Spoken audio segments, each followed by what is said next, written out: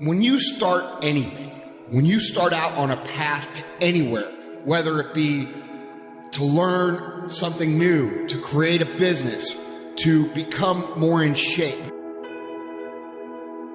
the first step, the first day, the first minute, you're excited. You're like, yeah, I'm going to do this. I'm going to kick ass, right? And the next day comes and you're like, man, this is a little tougher. And then you take another step and another step. And maybe you get to Thursday or Friday and you're like, this is pretty hard, man.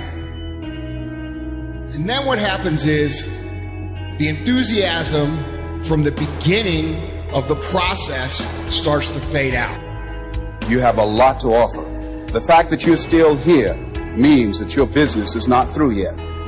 People don't do what they know in life, but what they do is they operate within the context of the vision they have of themselves. No matter how big your dream is, make small, tiny steps ahead.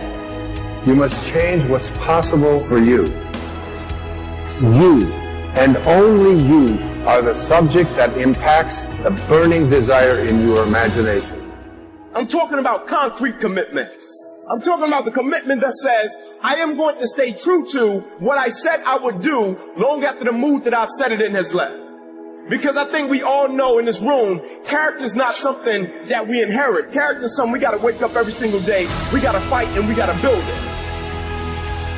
Never, ever, ever give up. You can't let them get you down. You can't let the critics and the naysayers get in the way of your dreams. So you've got to ask yourself, what's your why? What motivates you? What pushes you? What drives you? And if that thing is eternal, if nobody has to call you, if nobody has to prize you, if nobody has to reward you, if you are self-motivated and self-regulated, you can have it, you can be it, you can do it. It's necessary you take responsibility for it, that you make it happen, that you don't give up, that you don't take any objection or disappointment or defeats personally, that you keep on keeping on, that you don't decide that I can't make it because you can't see the light at the end of the tunnel. You cannot give up because it ain't what you see. You cannot give up. When you get to the point where enough is enough, when you get to the point where it hurt real bad, when you get to the point you can't take it no more, when you get to that point, doors start opening, opportunities start happening. But what you cannot do is you cannot quit doing the process. The earlier you get in the game and get on track, the better life you're gonna have. It's you. You got to make that happen.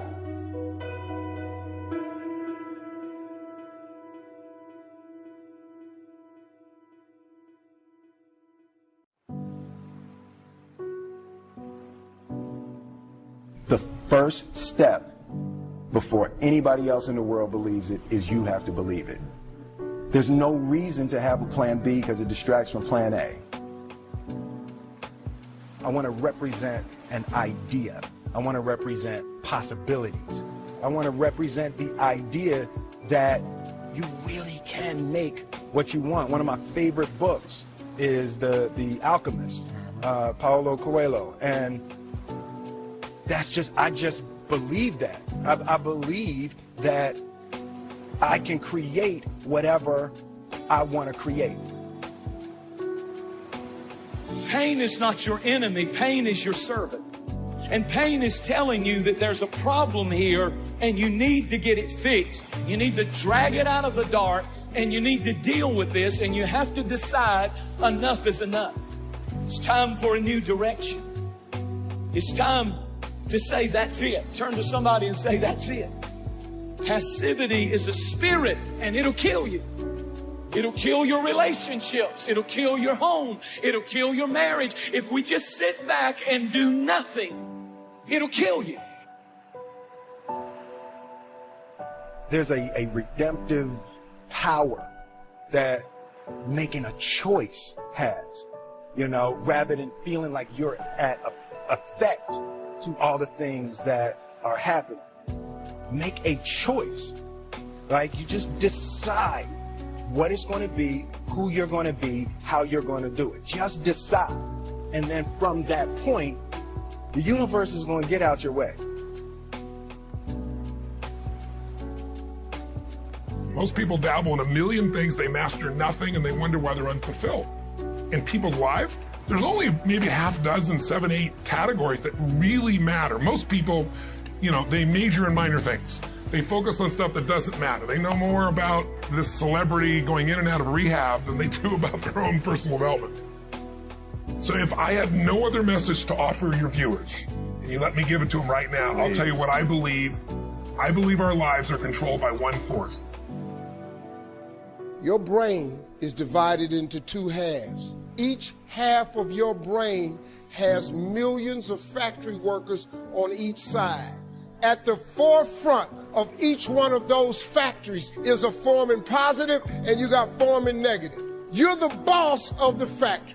You wake up in the morning and you say, man, I don't feel myself today. Forming negative hears that. He said, hey, the boss just woke up and said he's having a bad day today. Let's get to work. And your day starts tumbling into what you ordered. You could wake up in the morning and you say, you know what? Today is going to be a great day today. Man, thank you, Lord, for waking me up this morning. Forming positive turns around and goes, Steve's having a great day today. He's expecting some wonderful things to happen. And man, let's get it going. And they start manufacturing thoughts. You have got to change the way you think. It is the whole determining factor of where you go in life. This is the truth, is that so many of us say that we want to change, but many of us are unwilling to pay the price to change. And really, all of change comes from not focusing on what you can't control.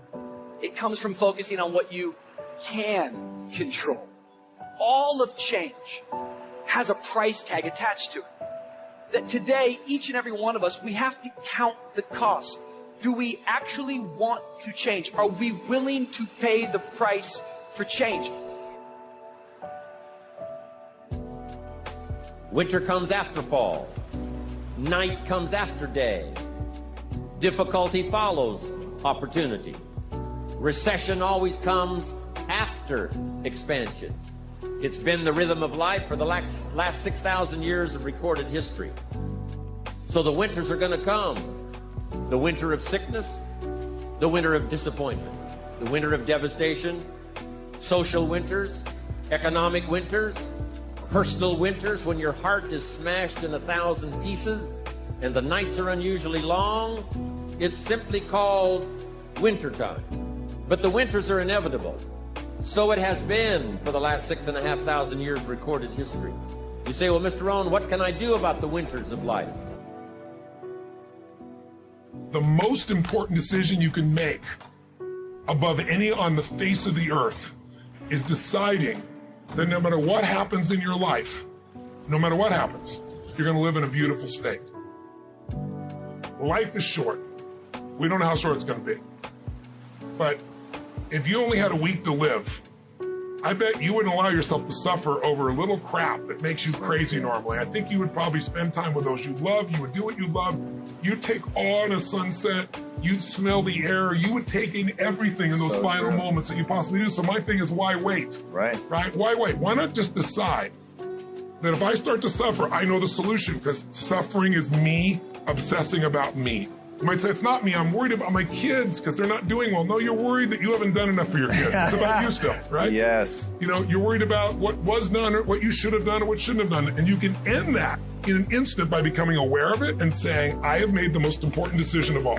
Right. I'm going to live in a beautiful state. You know, there are many influences on us. One is the influence of the past. Some people are always pulled back by the past. Some people are always pulled aside by the distractions. But here's what's powerful. If you have a list of high purpose in your life, it pulls you toward the future. And the more powerful the purpose is, the stronger it pulls. And here's the other great advantage if you have purpose for the future. It pulls you through all kinds of challenges and all kinds of difficulties. If you don't have these strong purposes for the future, it's easy to get swallowed by a bad day. It's easy to be almost annihilated by a poor month. And it's easy sometimes to almost disappear beneath the waves of a year that goes backwards if you don't have something to pull you beyond that year. So if you want something to pull you through all kinds of challenges, all kinds of difficulties, and things that come at you, you got to have something on out there, beyond today, beyond next week, beyond next month, beyond this year, that pulls you into the future. And the clearer it is, the stronger it pulls. The more dynamic it is, the more it affects your life, your spirit, your heart, your soul. It also creates imagination. It gets your mind working on how to achieve that purpose. And if your mind will work, and if your heart works, and if your spirit works, and if you have good input, like good ideas, I'm telling you, there isn't anything you can't accomplish. Until you're willing to bleed to make your dream become a reality, your dream will be just that, a dream. See, so many people talk and talk and talk, but very few walk and walk and walk and turn their walk into a jog and their jog into a sprint, which is okay. But the problem is, they resent those of us who made the choice to put ourselves in position to hoist the banners.